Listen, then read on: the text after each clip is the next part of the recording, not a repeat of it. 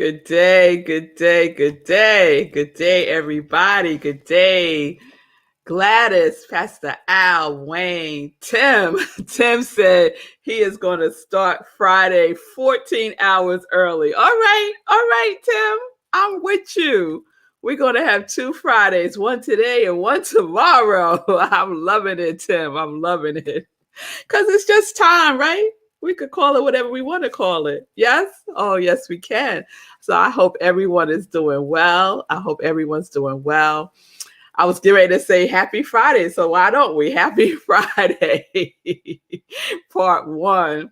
And so welcome to SIP. Welcome to SIP with Rev Melissa. It is wonderful to be with you all today. I hope everyone is doing well. And as you know, SIP is an acronym, Spirit in Practice. Spirit in Practice, Vanessa, where we are all about the practice because the perfection is in the practice. The perfection is in the practice. And so I hope you are perfecting your spiritual practice, because that's the major tool that we're using to excavate, right? Because our series this week is Excavate, where we are digging in, right? We are unearthing, we are laying bare. Yes, we are exposing the truth of who we are, shining our light on the truth of who we are. So let's continue with this journey, right? Because I showed that graphic yesterday of the iceberg, right? And we saw how our conscious mind is just 10%, y'all. It's just 10% of our mind. It's just 10%, right? So where our thinking, where our day-to-day stuff is occurring, where our reasoning, where our logic is only 10% of the mind. The 90% is our subconscious mind, where stuff percolates, right? Where stuff marinates, yes? Where our habits lay form. That's where our habits come into fruition, right? That's where our limiting beliefs reside. That's where the conditioning gets cemented. And so that's where we spend our time digging into our subconscious mind, digging into what is beneath the surface. Because what did Gary Zukov say in Seat of the Soul? The seat of the soul does not reside at the surface. It is at the depths of who we are. So that's where we have to go. We have to go in. We have to go deeper. We have to dig deep. We have to dig deep. So that's what we're going to do today. We're going to continue to excavate who we truly are. And, I was thinking about this morning as I was getting ready, thinking about all the things that we bury, all the things that we bury. And it brought to mind a memory of when I was a little girl. And I think I've shared this here, I was highly intuitive as a little girl. I would just know things. Sometimes I would see things that weren't in physical form yet. I would go to church and know what the minister was going to speak about before he spoke about it. And these were not things that were, how should I say, nourished. They weren't nourished, right? And so because they weren't nourished, because they weren't really regarded as a gift, because, as a child, you pretty much keep your mouth shut, right? That's grown folks' business, right? What do you mean such and such and such, right? So my intuition and trusting my intuition, I started to bury that.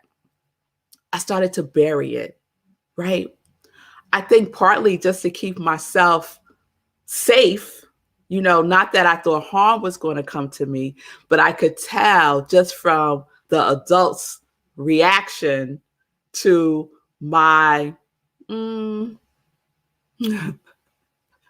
awkwardness sometimes, that it really wasn't something that I wanted to be, shouting from the rooftops. And so I just let it go in deep within myself. And it took a long time for me to trust my intuition, right?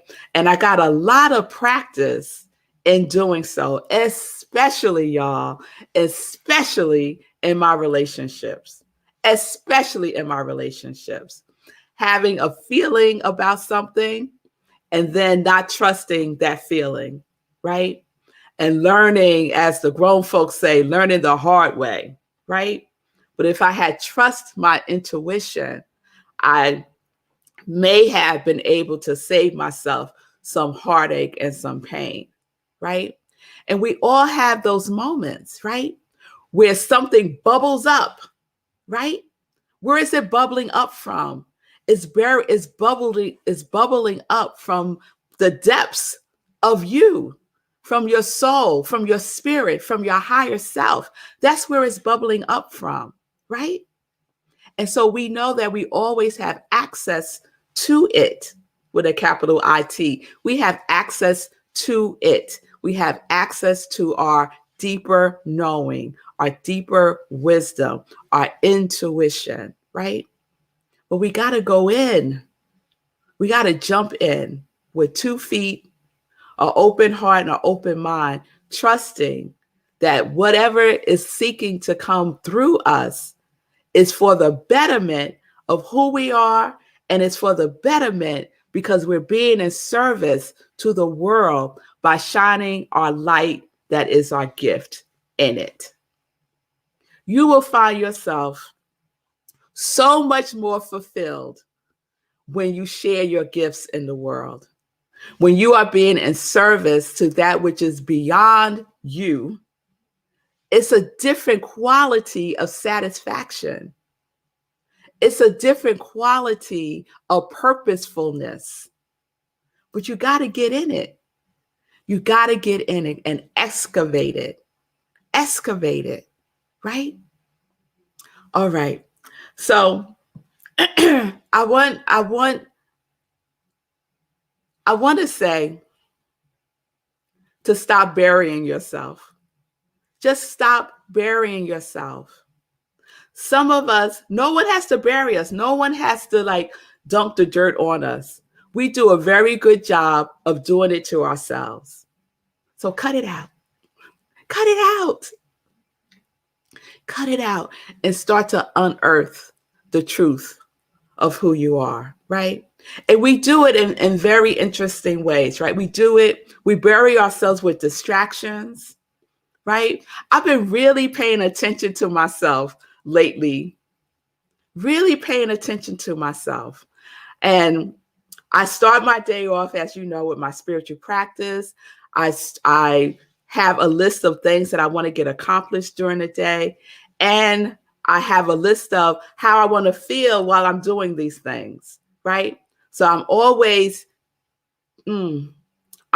turning on the feeling tone and what I'm doing, especially now. And so I've been checking myself out, right? I get easily distracted, right? So yesterday, I'm going to give you an example. Yesterday, I was working on the annual theme for Rockland CSL. So we have a new annual theme for 2022. And I'm wrapping up all of the Sunday topics, right? So what's that? Like 52 Sundays. So creating the topics for each and every Sunday. And it's been going really well, right? It's been going well. I've been in the flow. It's been good, right? And so I think I'm up to like August or September of next year, right? Okay. Lindsay, I see you. I'll circle back.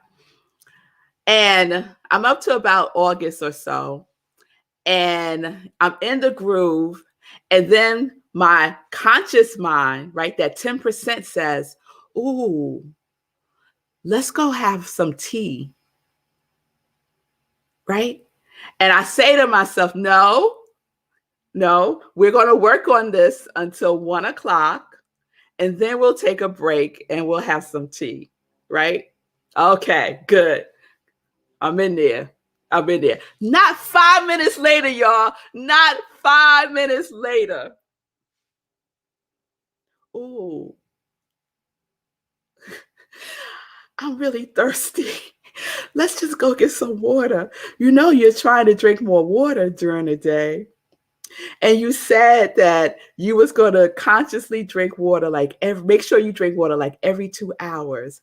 Mind you, it would have been like another 15 minutes and I would have taken my break, right? Right? I'm like, no, we're going to do this, right? How come I'm up out of my chair, coming downstairs, putting the tea kettle on to heat up some water to make some tea? And then while I'm in there, I go, oh wow, it's cardboard day. I should take the cardboard out, right? So I start gathering up the cardboard. Distraction, right? I'm in the flow, I'm in the hole, I'm digging in, I'm doing my work, right? Now it's like an emergency that I gotta get this cardboard together to take it out to the street, right? So I'm getting it together. And then my mind says, ooh, this weekend is recycle day and for the town.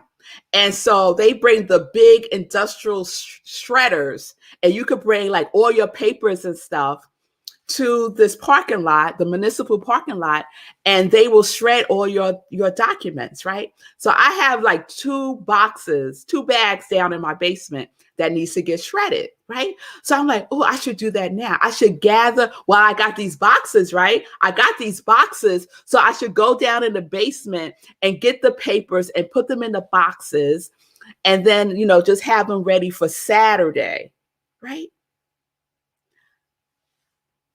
I stopped myself.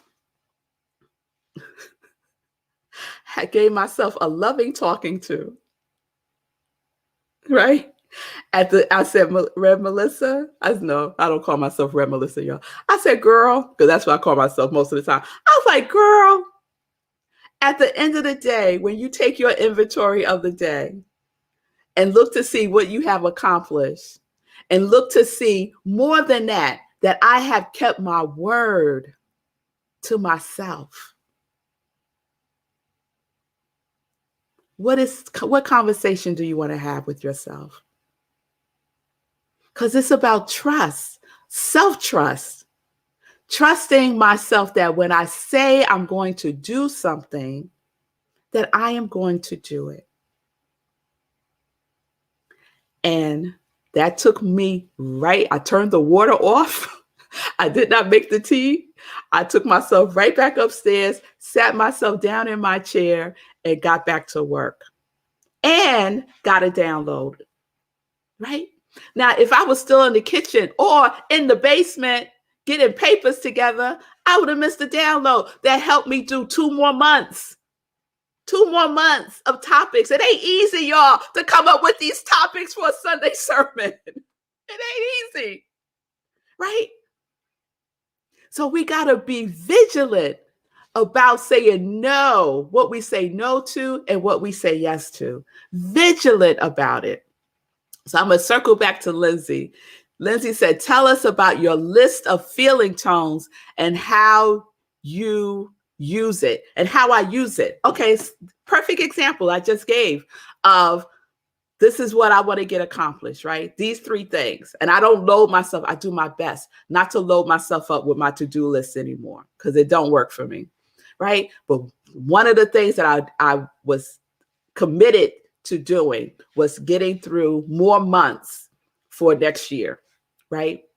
And my feeling tone that I wanted to experience with that was inspiration. I wanted to have the feeling tone of inspiration. I didn't want to have a feeling tone of, oh God, let me figure this out. I didn't want to have whatever equates to figuring it out. I didn't want to have that feeling tone. I wanted to be in the feeling tone of inspiration, right? And so I took like 30 seconds and sat in prayer, right? I prayed for my work. I prayed for my work to come through me, to align myself with the information that's already available, right? so that I could stay focused. And when I go off on these little distraction places, I know what I need to do to bring myself back. I need to dig in. I need to disrupt myself, right? From going down in the basement. And it wasn't lost on me, the metaphor of going down in the basement, right? Right? I needed to raise up my consciousness by going back upstairs instead of down in the basement, right? Yes. So look out for the distractions, look out for your addictions, because your addictions will take you off of being in that hole where you're digging yourself and finding your treasure. Our addictions, and it could be anything, addicted to TV, addicted to food, addicted to other people's stuff, right? Whatever it may be, right? It's another distraction, right? And I wrote down a distraction of other people's treasure, right? They say in yoga, stay on your mat. Other people's treasure don't have nothing to do with you. Focus on your own buried treasure. Imagine, right? You out in the desert digging for your treasure that has your name on it, and you see somebody else off in the distance digging for their treasure, right? And you're close. You're so close to your treasure, right? You could see like the little sparkles already. But then you keep noticing the other person over there and their hole that they're digging in. They're just about at the same level you are. So what do you decide to do? Oh, I think I'm going to jump up out of my treasure hole right here and go over there and see what they dig in. Let me see how far they are at getting their treasure. Oh, I wonder what their treasure look like. Oh, no, no. No, I saw a term today that I loved in the Science of Mind magazine. Ernest Holmes calls it, when we go and we get distracted and we get like into other people's stuff. He calls that vagrant thoughts. Vagrant thoughts. Thoughts that are just wandering around aimlessly. Vagrant. I tell you, Ernest Holmes was gangster of vagrant thoughts. And that's what happened to me when I came downstairs and decided I'm going to turn on the tea kettle, and then decided I'm going to go get the cardboard together, and then decided I was going to go downstairs and get the vagrant thoughts just wandering all over the place. Go get yourself, gather yourself up, get your spiritual practice, get your prayer, get your peace, get your breath, and keep digging for your own treasure. Because it's right there. It's right there. Wherever you are, it is. Wherever you are, your treasure is also within you. Within you. So tomorrow, I'm going to share a decision and a choice that I recently made that had a huge impact on me digging deep within myself and being very clear about what is mine to do, my treasure. All right. So that's how we're going to wrap up tomorrow. So y'all come on back tomorrow because it's a good story, y'all. It's a good story. All right. All right, y'all. So that's where we are. That's where we are with our Excavate series. We'll wrap it up tomorrow. Everyone, we are doing this, right? We are in the positive expectancy of expressing our treasure into the world. We are doing the work. And when we start to have those vagrant thoughts, we're going to gather ourselves, right? And go back in. Yes. Yes. All right. So we're living life in joy. connected to our yes. And as I say that, I'm looking at the picture. It's this picture. I'm looking at this picture that says choose joy. Choose joy. We're always at choice. We're always in a state of consciousness. All right, y'all. All right. All right. Let's get into some joy news. All right. So I want to remind everyone, Living Life in Joy. I did a special Living Life in Joy broadcast this past Monday with Maya Brewer, who is the VP of Cross-Cultural Advancement for Yoga Alliance. But more significantly for me and how I come to know her, she is the founder of the Yoga Retreat for Women of Color. And they are having their first virtual yoga retreat for women of color tomorrow. It starts tomorrow. It's all weekend, Friday, Saturday, and Sunday. You can still register. You go to kripalu.org and you can register there. KRIPALU. Okay, Kripalu. It's a yoga and health center. And I did this retreat when I turned 40. It was one of my October birthday month's gifts to myself. It is extraordinary. And they're making it very affordable so everyone can participate. They have a sliding scale. So go to kripalu.org and sign up for it. Okay, sign up for it. Please listen and watch that episode if you want more information about the work that Maya is doing in the yoga space, especially for people of color. All right. This Sunday, we are going to continue with that energy vibration that we got going on with Chris Ferraro. Chris Ferraro is an energy worker. She's an energy healer. She uses many modalities for healing. She's also an author. She just released her new book, Manifesting. You can find it everywhere. And we had a wonderful conversation about her connecting to her yes. So please check that out on Sunday, 10:30 a.m. Eastern time. And then right after that, where do we go? We go to our Spirit in Praise with Rockland CSL, 11:30 a.m. Eastern time. You can go to rocklandcsl.org and tune in on Zoom. You could come in person. We're back in person having service in Tapan, New York, or you could watch us on our Facebook channel, Rockland CSL. All right. Please mark your calendars for next week. We have our next meditation with the moon. It is the new moon, November 4th, 11 p.m. Eastern time. We do a full-blown spiritual practice. We dig in, y'all. We dig in. We do some excavating, yes, with the moon. So please tune in for that, 11 p.m. Eastern time.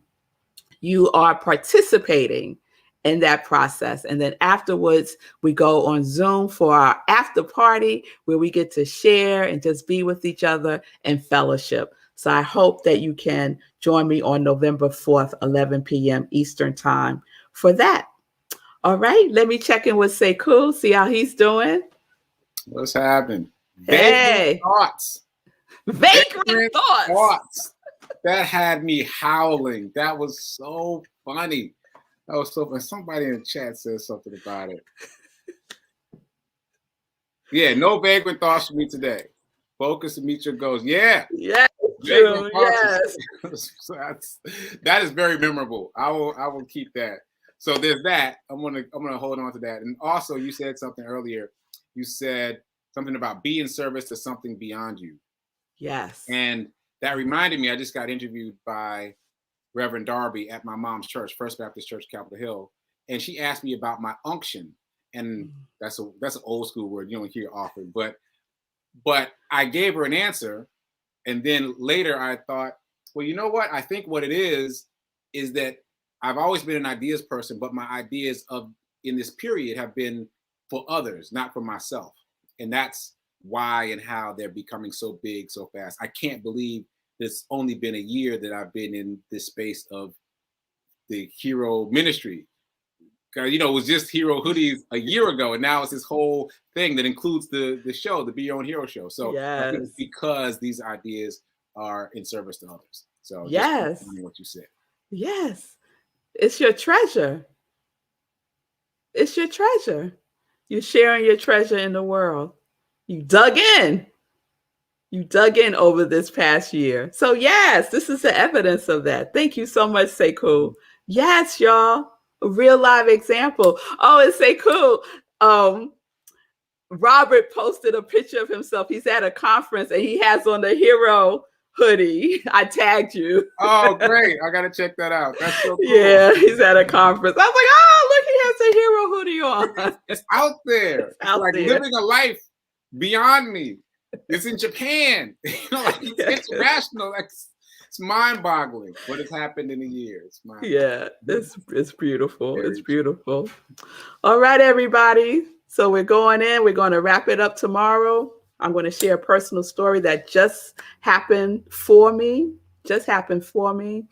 So peace and blessings, peace and justice. We're living life in joy, connected to our yes.